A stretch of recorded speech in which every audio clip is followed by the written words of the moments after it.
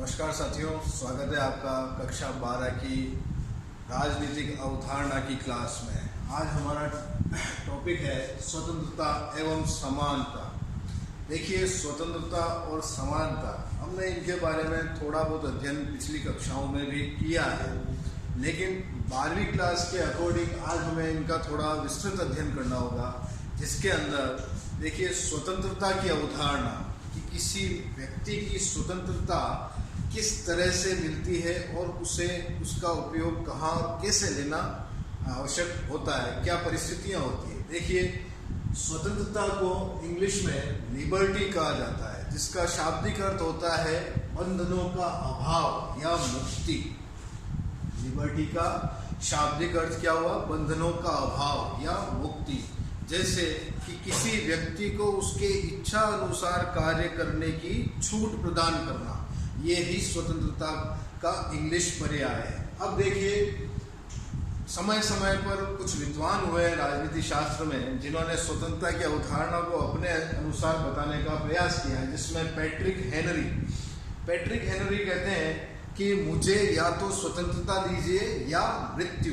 यानी स्वतंत्रता को इन्होंने इतना महत्वपूर्ण समझा कि मुझे स्वतंत्रता दीजिए या मृत्यु, कि स्वतंत्रता से बढ़कर और कुछ नहीं है, या तो मुझे मृत्यु दे दीजिए या स्वतंत्रता। फिर हमारे भारतीय दार्शनिक हुए हैं बाल गंगाधर तिलक का एक स्लोगन है जो तो काफ़ी प्रसिद्ध है और आप लोगों ने सुना भी होगा कि स्वतंत्रता मेरा जन्म सिद्ध अधिकार है और मैं इसे लेकर रहूँगा, किसी भी शर्त पर लेकर रहूँगा। फिर उसके बाद एक इतिहासकार हुए हैं रीची कहते हैं कि जीवन के अधिकार के बाद स्वतंत्रता का अधिकार महत्वपूर्ण है। जीवन के अधिकार के बाद स्वतंत्रता का अधिकार महत्वपूर्ण है। जीवन का अधिकार हमें प्रकृति ने दे तो दिया, हमें जीवन जीने लायक बनाया, हमें जो प्रकृति से प्राप्त जो ऊर्जा है वो हमें प्रकृति ने दी, लेकिन उसके बाद जो दूसरा महत्वपूर्ण अधिकार है वह है स्वतंत्रता। तो जीवन के अधिकार के बाद कौन सा अधिकार महत्वपूर्ण है? स्वतंत्रता का अधिकार। अब देखिए, पूरे अगर विश्व में बात की जाए तो जितनी भी क्रांतियां हुई है, संपूर्ण विश्व में जितनी भी क्रांतियां हुई है, चाहे अमेरिका की क्रांति हो, चाहे रूस की, चाहे फ्रांस की, और हमारा भारतीय स्वतंत्रता संग्राम, सारी क्रांतियां एक ही केंद्रीय बिंदु पर टिकी थी और वो थी स्वतंत्रता। सभी को स्वतंत्रता प्रिय है। स्वतंत्रता के लिए पूरे विश्व में ये जितनी भी फेमस प्रसिद्ध क्रांतियां हुई है, सभी स्वतंत्रता के लिए हुई है। अब देखिए, स्वतंत्रता का अर्थ क्या है और उसकी परिभाषा क्या है। देखिए, स्वतंत्रता का अर्थ बंधनों का अभाव, किसी भी व्यक्ति पर बंधनों का न होना, ये ही स्वतंत्रता कहलाता है, और उसे उसके इच्छा अनुसार कार्य करने देना, ये ही स्वतंत्रता का अर्थ है। अब देखिए, इसी संदर्भ में स्वतंत्रता के दो विचार हैं जो हमारे सामने आते हैं। पहला कि किसी व्यक्ति पर बंधनों का न होना, अतः बंधनों का अभाव ही स्वतंत्रता है। दूसरा, व्यक्ति पर युक्ति युक्त बंधनों का होना। संपूर्ण बंधनों का अभाव तो व्यक्ति को पशु तुल्य बना देगा, एक पशु जैसा बना देगा, इसीलिए उन पर युक्ति युक्त बंधनों का होना। अभी हम आगे इसको डिस्कस करेंगे। तब तक हम देख लेते हैं स्वतंत्रता का जो पहला विचार है, जिसे नकारात्मक अर्थ में क्या कहा गया है। देखिए, नकारात्मक अर्थ में स्वतंत्रता का अर्थ है कि व्यक्ति पर कोई बंधन ना होना, no boundation on any person, कोई बंधन ना होना, उसे उसकी मनमानी करने की छूट प्रदान करना, ये ही नकारात्मक अर्थ में स्वतंत्रता का अर्थ कहलाता है। अब देखिए, इसके आगे हॉब्स क्या परिभाषा देते हैं इसमें नकारात्मक अर्थ में, कि स्वतंत्रता का अभिप्राय निरोध व नियंत्रण का सर्वथा अभाव है। अर्थात किसी व्यक्ति पर किसी भी तरह का नियंत्रण और निरोध यानी उसे रोकना, यह स्वतंत्रता का अभाव ही यहाँ नकारात्मक अर्थ में स्वतंत्रता है।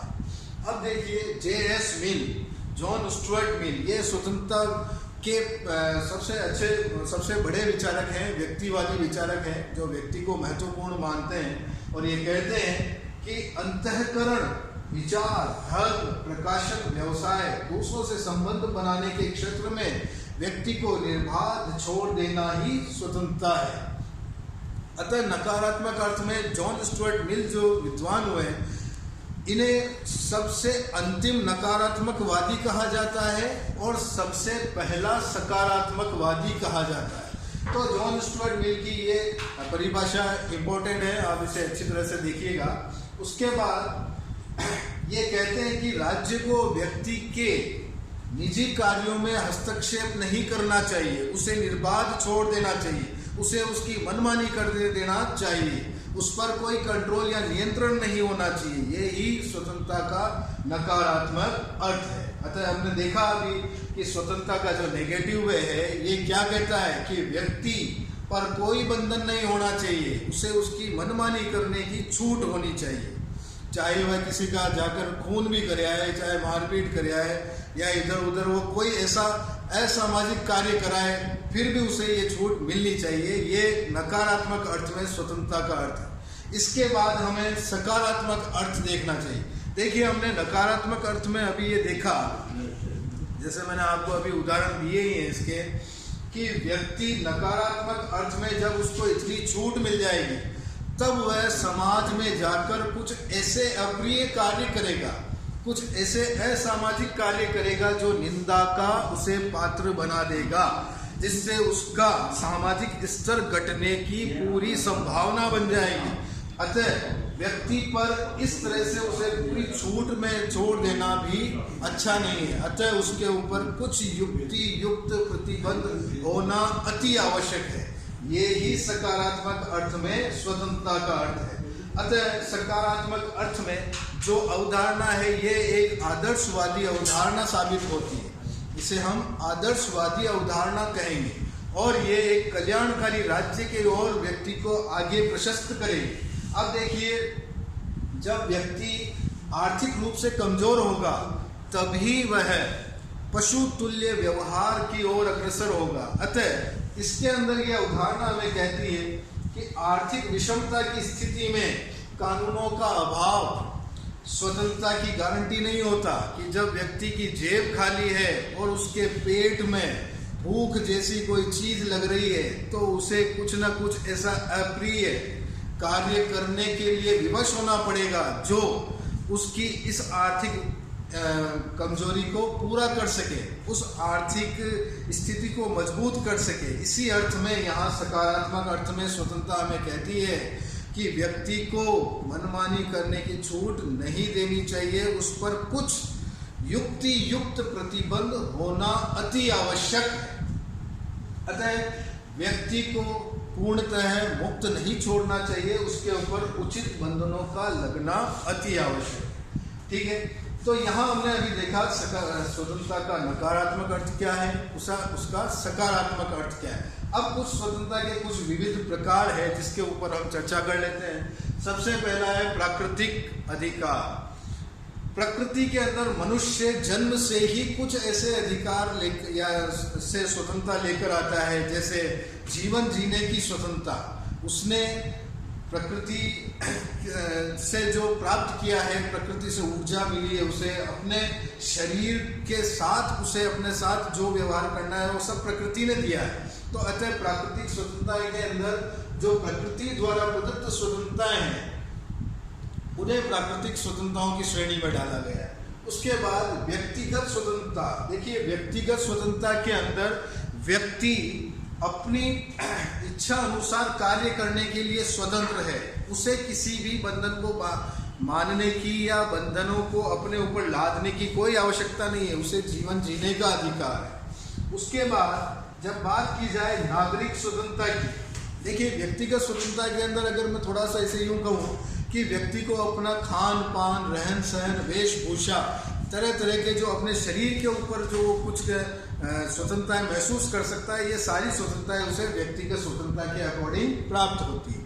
अब नागरिक स्वतंत्रता के अंदर जब बात की जाए तो किसी देश का एक पर्टिकुलर नागरिक या सिटीजन, उसे उस देश के द्वारा जो कुछ स्वतंत्रताएं दी जाती है, जैसे कि उसे एक नागरिक होने के नाते जो स्वतंत्रताएं प्राप्त होती है, जैसे उस निश्चित क्षेत्र में निर्बाध घूमने फिरने की, लोगों से संपर्क बनाने की, तरह तरह की जो स्वतंत्रताएं नागरिक होने के नाते उसे मिलती है, ये नागरिक स्वतंत्रताओं की श्रेणी में इन्हें रखा जाता है। अब देखिए अगली है राजनीतिक स्वतंत्रता।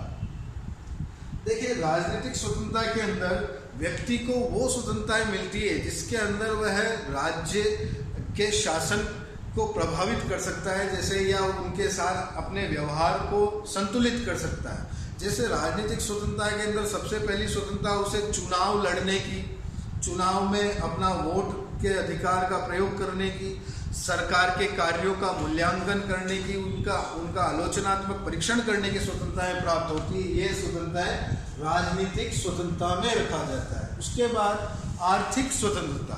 देखिए आर्थिक स्वतंत्रता के अंदर व्यक्ति को अपनी इच्छानुसार, अपनी रुचि अनुसार कार्य करने की और अपना रोजगार प्राप्त करने की स्वतंत्रताएं प्राप्त होती है। ये आर्थिक स्वतंत्रता का विषय है। उसके बाद धार्मिक स्वतंत्रता।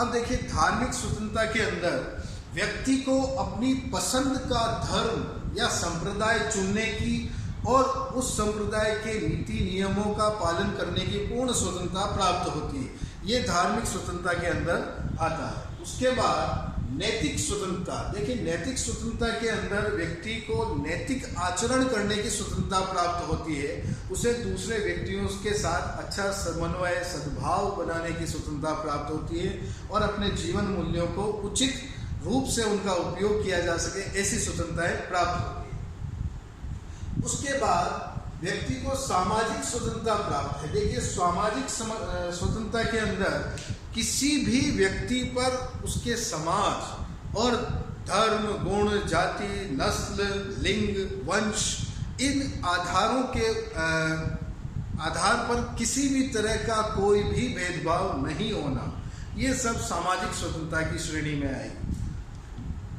उसके बाद राष्ट्रीय स्वतंत्रता। देखिए राष्ट्रीय स्वतंत्रता एक राष्ट्र के प्रति लोगों का जो जुड़ाव है तथा एक निश्चित राष्ट्र में रहने के कारण किसी और राष्ट्र का किसी दूसरे एक प्रभु संपन्न राष्ट्र के ऊपर कोई हस्तक्षेप का ना होना, प्रभु सत्ता को हस्तक्षेप में ना लेना, ये ही एक राष्ट्रीय स्वतंत्रता का उचित पर्याय है या उदाहरण माना जाएगा। जिसके अंदर कि जैसे हमारा भारत देश एक प्रभुत्व संपन्न देश है, इसके अंदर हमारे देश के ऊपर किसी भी अन्य राष्ट्र का न बाह्य हस्तक्षेप स्वीकार्य है, न आंतरिक हस्तक्षेप स्वीकार्य है। ये ही राष्ट्रीय स्वतंत्रता कहलाएगी। अब देखिए संवैधानिक स्वतंत्रता, जो संविधान द्वारा किसी एक देश के नागरिकों को, व्यक्तियों को जो स्वतंत्रता दी जाती है, वह संवैधानिक स्वतंत्रता के अंतर्गत आएगी। जैसे यदि व्यक्तियों को दिए गए अधिकारों का उल्लंघन किसी राज्य द्वारा होता है तो व्यक्तियों को न्यायालय की शरण में जाने का पूर्ण अधिकार है। अगर मैं इसे भारतीय परिप्रेक्ष्य में कहूँ तो भारतीय संविधान के अनुसार नागरिकों को अनुच्छेद 32 जो दिया गया है, संवैधानिक उपचारों का अधिकार, ये इसका एक अच्छा उदाहरण होगा संवैधानिक स्वतंत्रता का। ठीक है, तो यहाँ हमने स्वतंत्रता के कुछ प्रकारों का अध्ययन किया। अब देखिए स्वतंत्रता हेतु आवश्यक शर्तें क्या होनी चाहिए कि क्या क्या शर्तें होनी चाहिए व्यक्ति को स्वतंत्रता प्राप्ति हेतु। देखिए स्वतंत्रता प्राप्ति हेतु व्यक्ति को सबसे पहले जागरूक होना पड़ता है, अपने अधिकारों और अपनी स्वतंत्रता के प्रति जागरूक होना अति आवश्यक है। उसके बाद व्यक्ति के अंदर निडरता और साहस का होना बहुत जरूरी है। उसे अपनी स्वतंत्रता के प्रति जागरूकता का होना और उन्हें ज्ञान होना कि मुझे ये स्वतंत्रताएं प्राप्त है इस देश के संविधान के अकॉर्डिंग और एक नागरिक और व्यक्ति होने के अकॉर्डिंग मुझे ये स्वतंत्रताएं प्राप्त है। उसके बाद यदि बात की जाए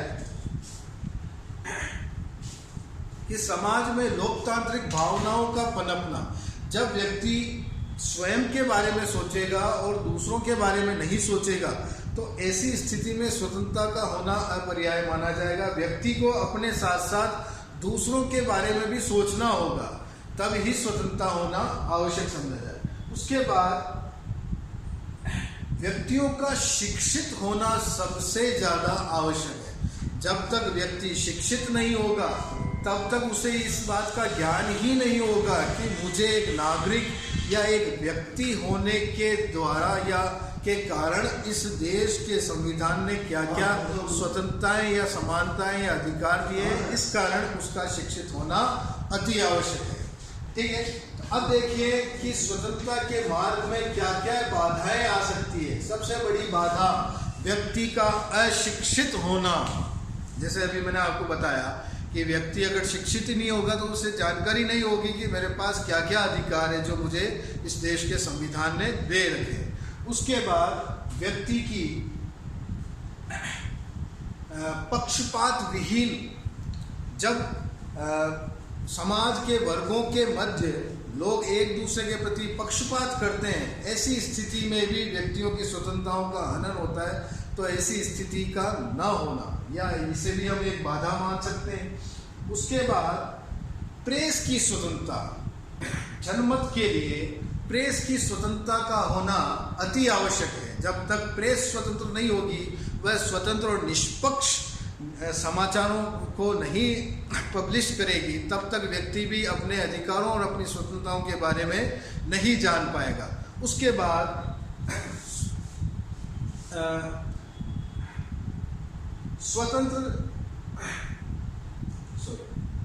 अराजकता का वातावरण, अराजकता कि जब समाज के अंदर अराजकता, जब नीति विहीन या नियम विहीन कार्य हो रहे होते हैं, तो ऐसी स्थिति में अराजकता, लूटपाट जैसी स्थितियां हो जाती है, जो कि स्वतंत्रता के मार्ग में काफ़ी बड़ी बाधाएं बन जाती है।